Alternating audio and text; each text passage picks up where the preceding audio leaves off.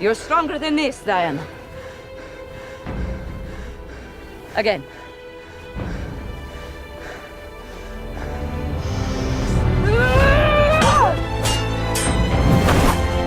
Hey there, it's Maud Garrett, and welcome to a film-tastic new episode of RT Essentials. We're shining a light on some incredible movies directed by women. These groundbreaking filmmakers have brought a fresh perspective and paved the way for a bright, bold, and balanced future in cinema. And what a journey it's been, going all the way back to the late 1800s when Elise G. Blaché became the first female director, to 1984 when Barbra Streisand's film Yentl made her the first and only woman to ever win the Golden Globe for Best Director. Then all the way up to 2010 when Kathryn Bigelow became the first woman to ever take home the Best Director Oscar. More on her soon. Though directors who are women have often not received the recognition they deserve, they're responsible for some of the greatest artistic achievements in the history of the biz, especially in the last 2 decades. And that is where we will now focus our attention. These are our top picks for 21st century movies directed by women. The Hurt Locker, Kathryn Bigelow. Oh, God.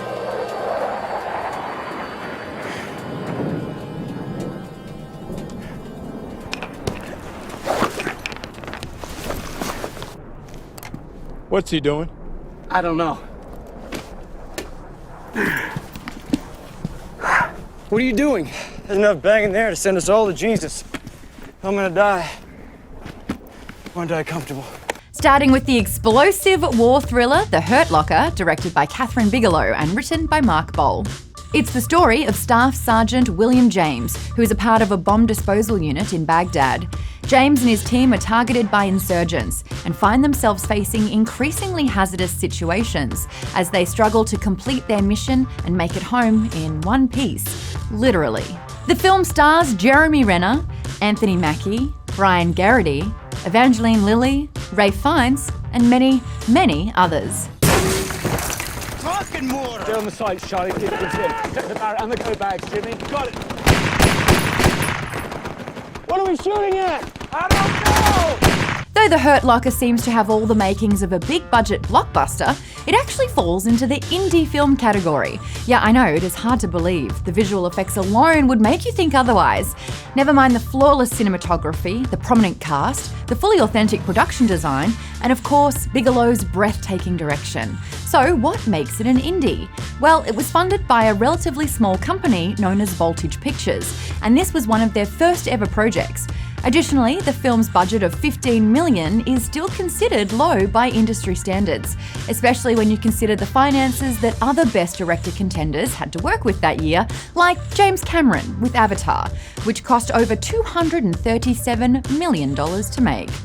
It's clear that even without the resources of a major production, Bigelow is an astute filmmaker, crafty, creative, and very hands-on according to her cast and crew. And her brilliance was rewarded, because The Hurt Locker went on to win 6 Academy Awards, which included Best Picture, Best Director, and Best Original Screenplay. The film was also a critical triumph, receiving positive reviews across the board. Pariah, Dee Rees. Things have been crazy, but look, I'm really sorry I bugged out. It's just I didn't know that I wasn't expecting that. First kiss? It's cool. Writer-director Dee Rees proved to be a filmmaking force with Pariah, a 2011 drama that stars Adepero Odue, Kim Wayans, and Usher Davis. It follows a 17-year-old black teenager named Alike, who lives in the Fort Greene neighborhood of Brooklyn. Alike is learning to embrace her identity as a lesbian while searching for her first real lover and dealing with her parents' strained marriage. It's a beautiful story, driven by compelling performances and relatable characters. Rees' career began when she studied film at NYU and had Spike Lee as a professor and mentor. She went on to work for Lee on his 2006 films Inside Man and When the Levees Broke, which gave her invaluable insights into the world of directing and screenwriting. It was around this time that Rees also began working on the script that would later become Pariah. For her graduate thesis, she adapted this working version into a short film of the same name, and found success playing the short at over 40 film festivals around the world, even winning the Audience Award at the Los Angeles Film Festival. I'm sorry, all right? I'm sorry I let her hurt you. I just need to know if you signed paperwork, yes or no. Can you forgive me? Yes or no. You can always come back home. Things are gonna be different, I promise Dad. you. I'm not running. I'm choosing. With Spike Lee executive producing, Rees eventually expanded Pariah into the feature-length version we know and love today. When the film premiered at the 2011 Sundance Film Festival, it took home the Excellence in Cinematography Award. And in classic snowball effect fashion, the awards just started piling on. Pariah won the John Cassavetes Award at the Independent Spirit Awards, the Gotham Independent Film Award for Breakthrough Director, and Outstanding Independent Motion Picture Award at the NAACP Image Awards, the Best Independent Film Award from the African American Film Critics Association, and many others. Rees' career continues to flourish, having written and directed 2017's Mudbound and 2020's The Last Thing He Wanted, the former of which made her the first black woman to ever be nominated for Best Adapted Screenplay at the Oscars. The Babadook, Jennifer Kent.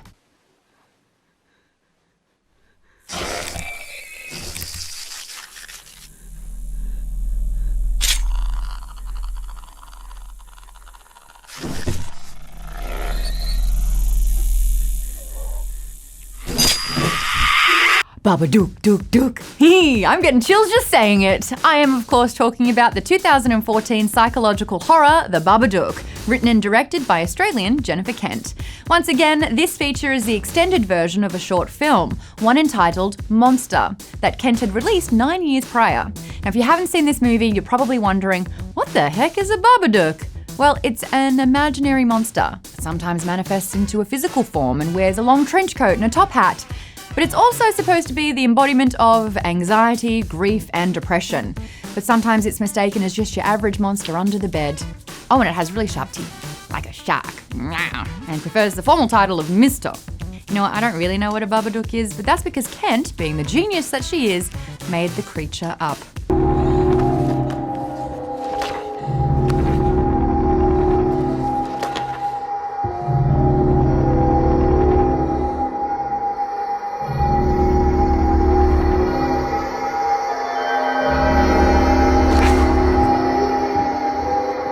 The film stars Essie Davis and Noah Wiseman and centres around a troubled mother named Amelia, who discovers that her son Samuel has been telling the truth about a monster that has entered their home through the pages of a children's book. Amelia had already been under a lot of stress, having to raise Sam without the help of his father after he was tragically killed in a car accident while driving Amelia to the hospital during labour. Throw a Babadook into the mix and you've got a real mess on your hands. Kent's creepy offering became an instant classic and was one of the best reviewed films of the year. RogerEbert.com called it the finest and most genuinely provocative horror film to emerge in this still very new century. And get this, William Friedkin, who directed The Exorcist, you know, the scariest movie ever made, wrote the following words in response to watching The Babadook. "I've never seen a more terrifying film. It will scare the hell out of you as it did me. I can't imagine a bigger compliment." Whew. Selma, Ava DuVernay. This bill has been almost impossible to craft, you hear me? You think you're juggling, Martin? I'm juggling too. I am a preacher from Atlanta. You are the man who won the presidency of the world's most powerful nation by the greatest landslide in history 4 months ago. And you are the man dismantling your own legacy with each passing day. Selma is a historical drama directed by Ava DuVernay and released in December of 2014. It's a gripping portrait of America during the 1960s, when discrimination was rampant and black people struggled for their right to vote. Despite violent opposition, Dr. Martin Luther King Jr. led his followers on an epic march from Selma to Montgomery, which culminated in President Lyndon Johnson signing the Voting Rights Act of 1965. King is portrayed by David Oyelowo, a performance that earned him critical praise in his first Golden Globe nomination. DuVernay and Oyelowo had worked together back in 2012 on the film Middle of Nowhere, which was DuVernay's second feature. Also an excellent film that I highly recommend watching if you haven't already. But back to Selma, DuVernay signed on to direct in 2013 and immediately started revising Paul Webb's script. Webb had originally written the script in 2008 with the intention of Brad Pitt's Plan B Entertainment producing, but yada yada yada, developmental hell, years passed, you know how the story goes.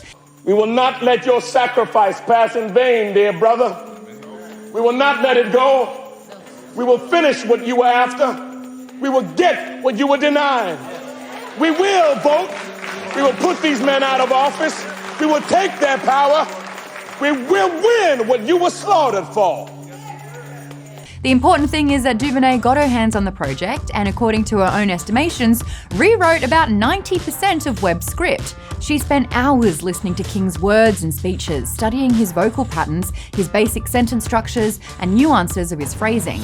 And it's this attention to detail that sets DuVernay apart from other writer-directors. However, a stipulation in Webb's original contract entitled him to sole credit on the script, so DuVernay wasn't credited as a screenwriter despite her notable efforts. But that didn't stop her from receiving an outpouring of praise, especially her direction. The Washington Post wrote that director Ava DuVernay has created a stirring, often thrilling, uncannily timeless drama that works on several levels at once. She presents Martin Luther King Jr. as a dynamic figure of human-scale contradictions, flaws, and supremely shrewd political skills. Oh, and it was also nominated for a little award called an Oscar in the category of Best Picture. Yeah, this film rules. Wonder Woman, Patty Jenkins. She's taking all the fire. Let's go! Go! Go! Down! Strike there! Strike there!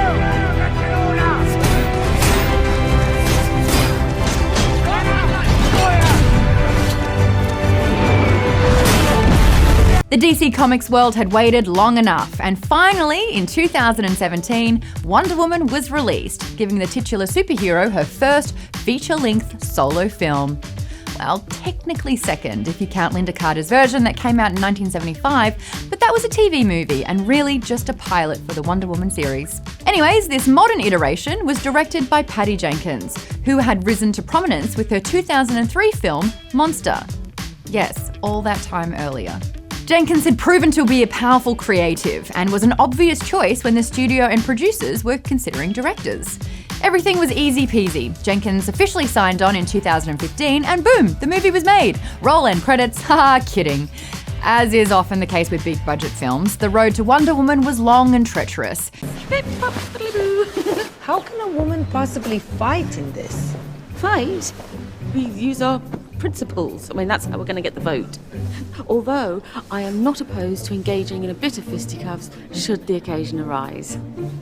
Going back to 1996, development for a live-action Wonder Woman feature first began, with Ivan Reitman attached as a producer and set to direct. That fell through. Then, in 1999, Sandra Bullock was rumoured to be taking on the heroic role. That fell through. Mariah Carey, Catherine Zeta-Jones, and Lucy Lawless were all rumoured to be possible candidates for Wonder Woman, but nope. Then in 2005, Kate Beckinsale was definitely playing the part. Actually, no, I mean Angelina Jolie. And now somehow we're already in 2010. The point is, it took a long time for the right team to be assembled, but it was so worth the wait because this movie is extraordinary. With Jenkins directing, a screenplay by Alan Heinberg, and Gal Gadot taking the lead, it was clear that the stars had aligned and the time was right. Wonder Woman was a critical and commercial triumph and had a tremendous cultural impact. Jenkins and Gadot teamed up for the sequel, Wonder Woman 1984, which was released in 2020, and a third film is currently in development. Yes, with Jenkins and Gadot set to return. Hey, if it ain't broken, don't fix it. Can You Ever Forgive Me? Mariel Heller. Listen, the FBI has been in here to see me. The FBI? They asked me to wear a wire. I'm not gonna do that to you. I'm a good guy. And if they want me to be a witness, I'll lie. But you are going to pay me $5,000. I don't know what you're talking about. Can You Ever Forgive Me is a 2018 biographical drama directed by the multi-talented Mariel Heller. It follows Lee Israel, a frustrated alcoholic author who struggles to pay her rent in 1990s New York. Down on her luck, Lee hatches a scheme to forge letters by famous writers and sell them to bookstores and collectors. When dealers start to catch on to Lee's scheme, she recruits a suspicious friend and doubles down on her trickery. I guess someone realising they're in the wrong and cutting their losses makes for a far less interesting story. The film stars Melissa McCarthy and Richard E. Grant, who offer dynamic and heartfelt performances. The script was written by Nicole Holofcener and Jeff Whitty, and based on the real Lee Israel's confessional memoir that bears the same name. You're friends with, Julia Steinberg? Yeah. She's not an agent anymore. She died. She did? Jesus, that's young. Maybe she didn't die. Maybe she just moved back to the suburbs. I was confused those two. No, that's right. She got married and had twins. Better to have died. Indeed. Interestingly enough, even after Lee's scheme was exposed and she was sentenced to 6 months house arrest and 5 years probation, her letters continued to circulate. Reputable dealers were still selling the forged letters for prices much higher than what Lee had originally been paid.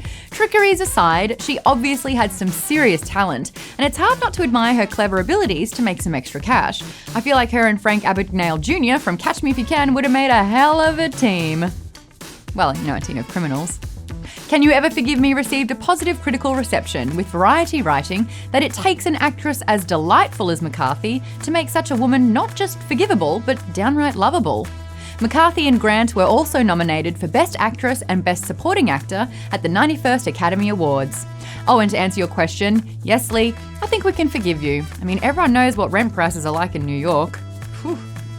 Little Women, Greta Gerwig. Well, I believe we have some power over who we love. It isn't something that just happens to a person.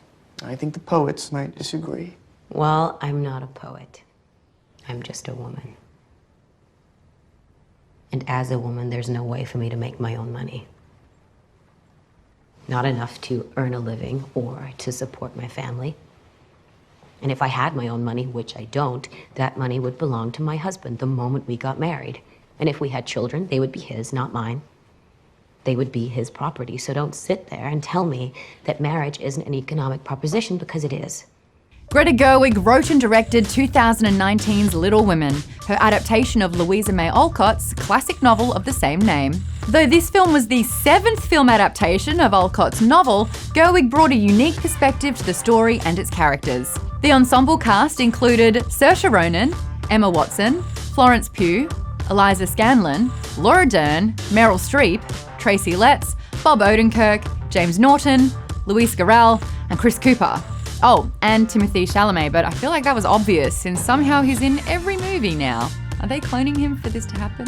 For anyone who is unfamiliar with the sisterly story of Little Women, it's set in the years after the American Civil War and follows Jo March, who makes her living as a writer, while her sister, Amy, studies painting in Paris, and her oldest sibling, Meg, is busy marrying a schoolteacher. When the shy sister Beth falls ill with scarlet fever, the family regroups at their home in Concord, Massachusetts.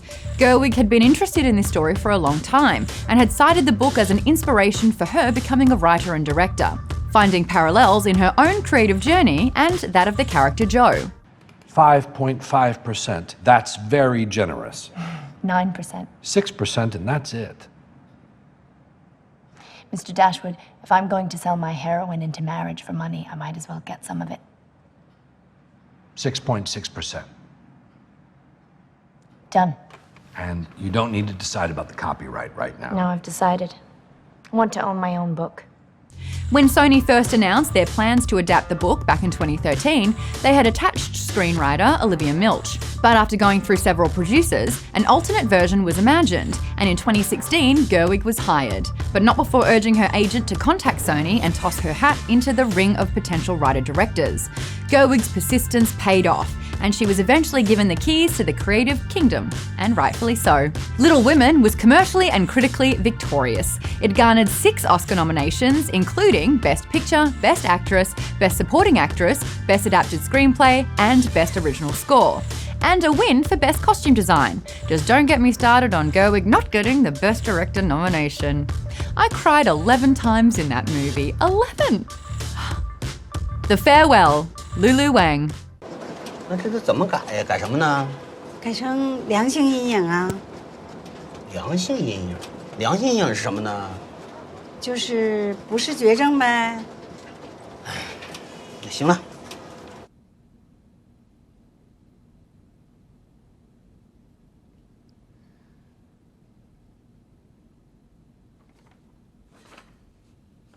你看，我说我没事嘛。 The Farewell is a 2019 dramedy written and directed by Lulu Wang. It's the story of a Chinese-American writer named Billy Wang who received word that her beloved grandmother, Nai Nai, has been diagnosed with terminal lung cancer and only has a few months to live. Billy returns to China under the guise of a fake wedding to covertly say goodbye to Nai Nai. Why covertly?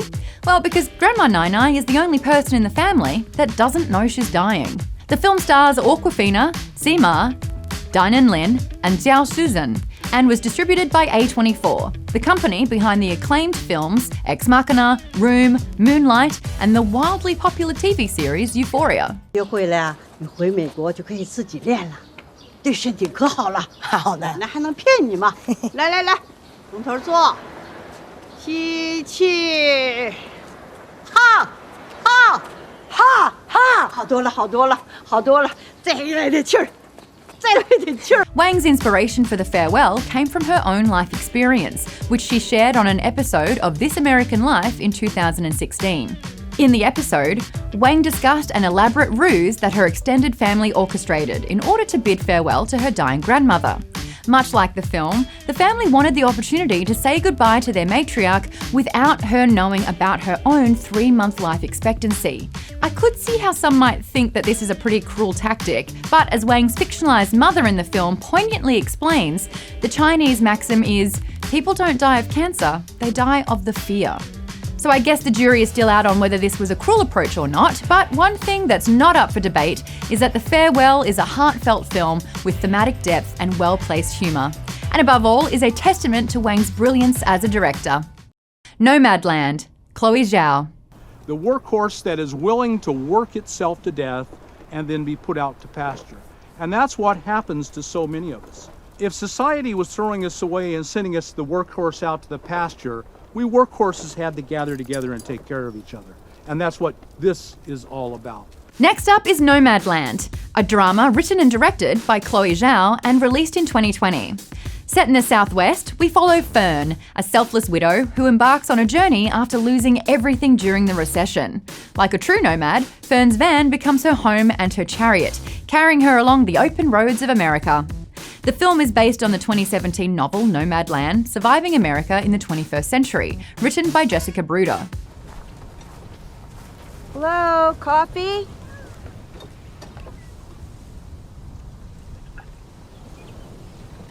I know you. Yeah, hi. Dave, right? Yes. Fern? Yes. I have your can opener. Yeah, you do. Are you working here now, or? Yeah, first year. So, coffee? Shortly after the novel was released, actress Frances McDormand, who plays Fern, and Peter Spears decided to option the film rights to the book. McDormand had been impressed by Zhao's film, The Rider, and approached Zhao about taking on the project. Zhao agreed, and film began in the fall of 2018. Similar to how Zhao used real-life ranchers in her film, The Rider, she also used real-life nomads in Nomadland, giving both films an unrivaled authenticity. Nomadland took home 3 Oscars: Best Picture, Best Actress for McDormand, and Best Director for Zhao.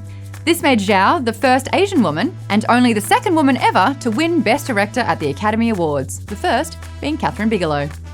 The Power of the Dog, Jane Campion. What is it, George?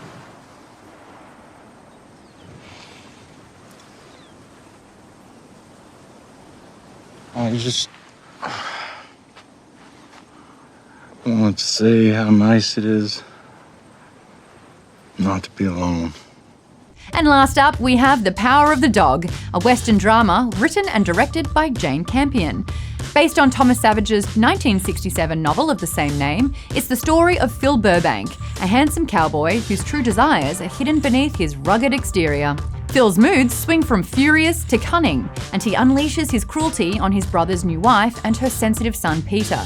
But as time passes, Phil seems to take a liking to Peter and reveals a softer side when he takes the boy under his wing, teaching him the cowboy ways.